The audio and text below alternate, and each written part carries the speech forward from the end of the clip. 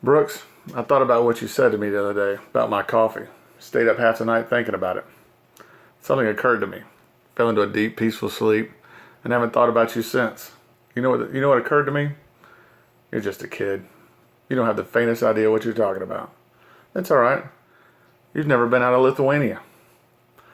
So if I ask you about law, you'd probably give me the skinny on every law book ever written. David Allen. You know a lot about him. Life's work, political aspirations, him and the Pope. The whole works, right? But I'll bet you can't tell me what it smells like in the NASCAR Hall of Fame. You never actually stood there and looked up at that beautiful car. Seen that. If I ask you about types of coffee, you'd probably give me a syllabus about your personal favorites. You may have even been to a few coffee houses a few times.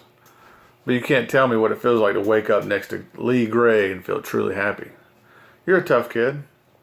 And I'll ask you about war. You'd probably throw Shakespeare at me, right? Once more into the breach, my dear friends. But you've never been near one. You've never held your best friend's cup of coffee in your lap. Watch him drink his last cup, looking to you for help. I'd ask you about love. You'd probably quote me a sonnet. But you've never looked at a cold brew coffee system and been truly vulnerable. Known someone that could level you with her eyes. Feeling like God put a coffee maker on earth just for you.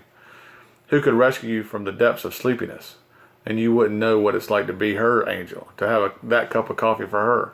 Be there forever. Through anything. Through decaf.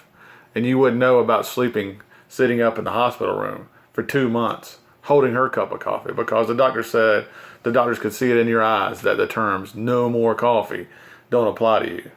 You don't know about real caffeine. Because it only occurs when you've loved something more than you love yourself. And I doubt you've ever dared to drink coffee with anybody that much. Look at you. I don't see an intelligent, confident man. I see a cocky, scared, shitless kid. But you're a genius, Brooks. No one denies that. No one could possibly understand the depths of you.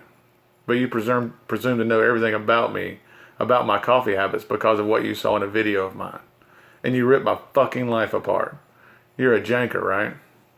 You think I know the first thing about how hard your fantasy football season has been, how you feel, who you are because I read Matthew Berry?